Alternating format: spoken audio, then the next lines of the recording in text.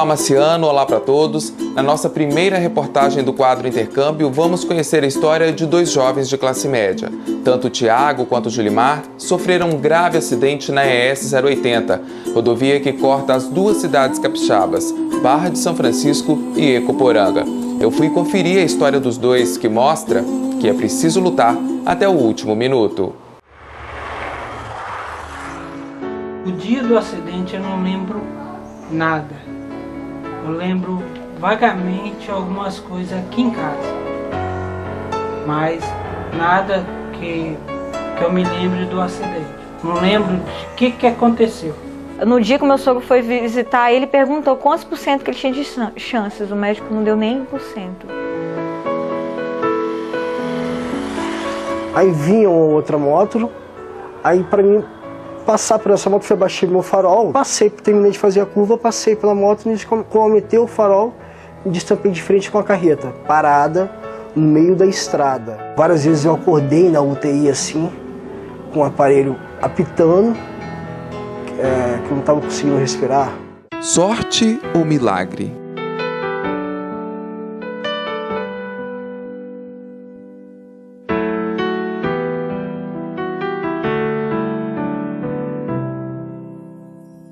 Os médicos já não tinham mais o que fazer.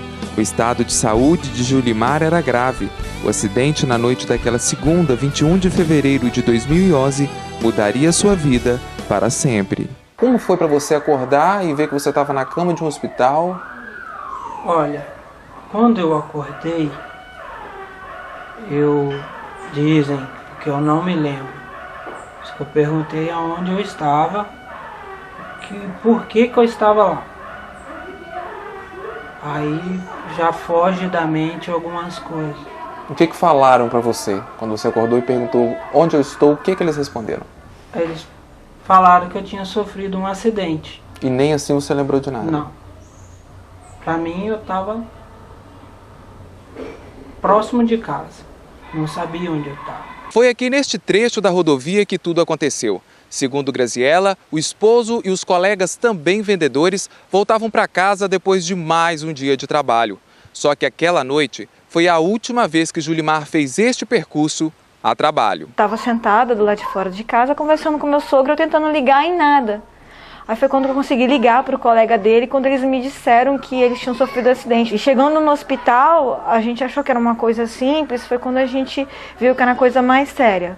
Foi onde o Julimar tinha fraturado 8 costelas, quebrado os 2 braços, os 2 ombros.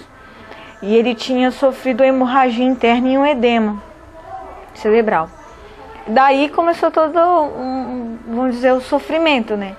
Porque ele teve que ser transferido para Colatina com urgência, porque ele estava perdendo muito sangue.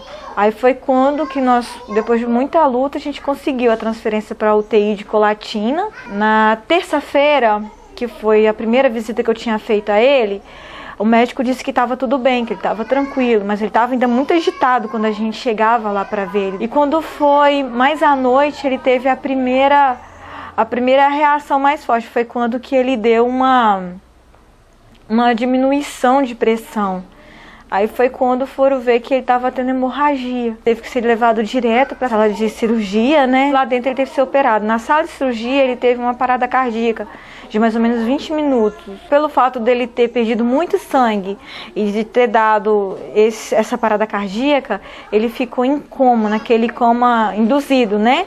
E depois de um certo tempo, se eu não me engano, depois de 3 dias era para ele acordar, ele não acordou mais. Então o Julimar ficou 28 dias nesse coma vigível. Tinha gente que chegou ao ponto de visitar ele, de chegar lá e sair sem dar com a gente uma palavra. A gente achava que quando ele acordasse, quando ele voltasse a si, que ele ia chegar em casa andando. Não foi nada disso. Ele teve que passar por fisioterapia em casa, acompanhamento de 30 dias. Com quase 2 meses depois de fisioterapia, o Julimar começou a dar os primeiros passos. Você acredita que você é um milagre hoje, depois de tudo que aconteceu? Acredito.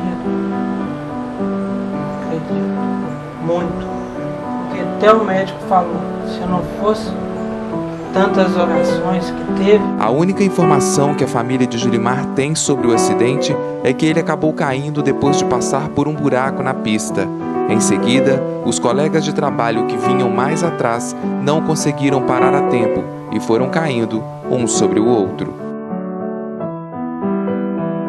Tiago também seguia do trabalho para casa quando sofreu o acidente. Coincidência ou não, na mesma rodovia em que Julimar se acidentou.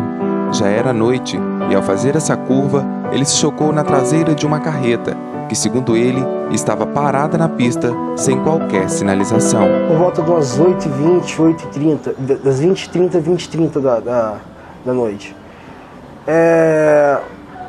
Logo depois de uma curva, eu estava fazendo uma curvinha, aí vinha uma outra moto, aí para mim passar por essa moto foi baixar meu farol, que já estava à noite, já bem escura a estrada, apaguei o meu farol, terminei de fazer a curva, passei pela moto, cometeu o farol e destampei de frente com a carreta, parada no meio da estrada, sem sinalização no meio da estrada, com vegetal, sem sinalização nenhuma. A carreta também ela estava com os faroletes apagados, aquelas faixas que refletem luz também não tinha ela, então estava praticamente impossível de ver o veículo à noite naquela estrada. Nisso que eu vi a carreta, eu freiei, a moto bichou por alguns metros, bateu atrás da carreta, me arremessando em cima dela, me arremessando em cima da carreta. Aí nisso eu quebrei os 2 fêmurs, tive fratura múltipla bilateral nos cônicos, quebrei a mandíbula inferior, mandíbula superior, quebrei o nariz, a região nasal, essa região por baixo dos olhos, fraturei vários dentes. O acidente, na verdade, eu não estava em alta velocidade, estava em baixa velocidade. Que a moto, na verdade, ela só quebrou o farol dela e o painel, que o painel fica na frente, logo em cima do farol. Nisso que eu bati, ela fez esse movimento aqui assim, e bateu o farolete dela e caiu de lado. Só quebrou só o farolete e o painel, mais nada. Nem a seta, nem o retrovisor. A roda dela nem empenou. A moto, que eu cruzei por ela pela curva, que eu baixei o farol para ela dar passagem, eles viram tudo. Eles, assim que eu passei por eles já imaginavam já que eu poderia bater na carreta já. Que até, portanto, até há uns 30, 40 minutos atrás, esses motoqueiros estavam vindo no sentido contrário, no mesmo sentido que eu, e quase bateram nessa carreta, que ela estava parada na curva. Depois que ele passou, o carreteiro puxou um pouco para frente onde que eu bati. Você chegou a pensar que você pudesse morrer? Sim, em hipótese de todo momento ali eu pensava que eu ia morrer. Eu achava que eu não ia conseguir. Até portanto que quando eles me colocaram em cima do caminhão, para me levar para casa de saúde, tinha momento que o menino falava comigo, me perguntava, chamava, Tiago, você está bem? Que aquele momento ali eu estava só pensando nisso, para mim eu ia morrer, pedindo, orando a Deus, para ele me tirar daquela situação. No dia do acidente, Tiago foi trazido aqui para este hospital particular que fica na cidade de Barra de São Francisco. O estado de saúde dele era grave. Aqui, ele recebeu os primeiros socorros e, em seguida, foi encaminhado direto para a cidade de Colatina. Uma viagem de quase 2 horas em um percurso de 127 quilômetros. Neste momento, começava a luta pela vida.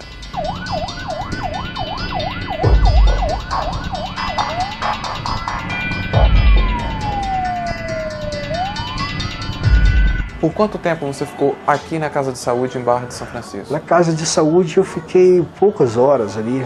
Constataram as fraturas e constataram também que eles também não tinham condições também de ficar comigo naquele momento, que no meu caso era um caso grave. E a Casa de Saúde de Barra de São Francisco, ela é desprovida de uma UTI. Você foi encaminhado para Colatina e durante todo o percurso você permaneceu lúcido, acordado? Sim, aí nisso que eu cheguei em Colatina, todo o percurso, fui lúcido, acordado, meio que delirando até, né, que a dor era constante, não parava. Quando eu cheguei lá, me induziram meu coma e tal, meu estado ele não tinha melhorado nem piorado, porém, mas na situação que eu já estava já era uma situação ruim. Então várias vezes eu acordei na UTI assim, com o aparelho apitando, que eu não estava conseguindo respirar, já estava sem força já para respirar. Aí o aparelho apitava, aí eu acordava, aí escutava as médicas, as enfermeiras que ali ficavam, falavam: Thiago, respira, respira, respira. Aí esse foi um dos momentos que eu parei e pensei assim que, falei, não, eu tenho que sair desse lugar. Por quanto tempo você permaneceu ali na UTI? Na UTI eu fiquei 8 dias na UTI, somando os dias que eu quando cheguei, pós-cirurgia dos fêmurs e pós-cirurgia da face, perdão, foram 12 dias de UTI, somando. E 12 dias na enfermaria. Depois desse período você veio para casa? Aí vim para casa. Você chegou em casa andando? Não. Fiquei 4 meses. Perdão, fiquei 4 meses. 4 meses de cama, que eu não tinha condições de andar. E fazendo fisioterapia diariamente. E com 4 meses eu comecei na fisioterapia, né, a começar a soltar carga nos fêmurs, que até então eu só fazia, na fisioterapia era mais alongamento mesmo. O que mudou para você depois do acidente? O que aconteceu na sua vida depois do acidente? Bom, até a minha família costuma dizer que eu tenho 2 datas de nascimento. 4 de junho de 1986 e 2 de outubro de 2008, que foi a data do acidente, onde que nós julgamos que foi a data que eu nasci novamente. Então digamos que eu nasci com a experiência sobrando. Depois do acidente eu tive que fazer tudo de novo, né? Tive uma vida de criança novamente. Eu tive que aprender a andar, tive que engatear, aprender a andar e voltar a falar melhor, né? Você carrega algum tipo de trauma depois do acidente? Bom, trauma não tenho não. Eu tenho,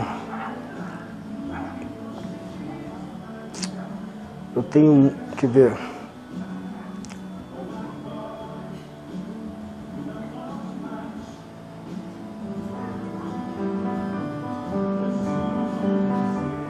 Aquela lembrança de como eu era antes, que eu mudei completamente.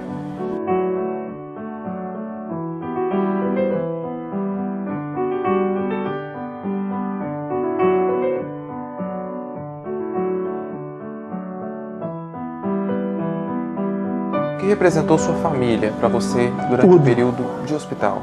Tudo, minha família foi tudo. Minha família foi minhas pernas, minha família foi meus braços, foi minha consciência.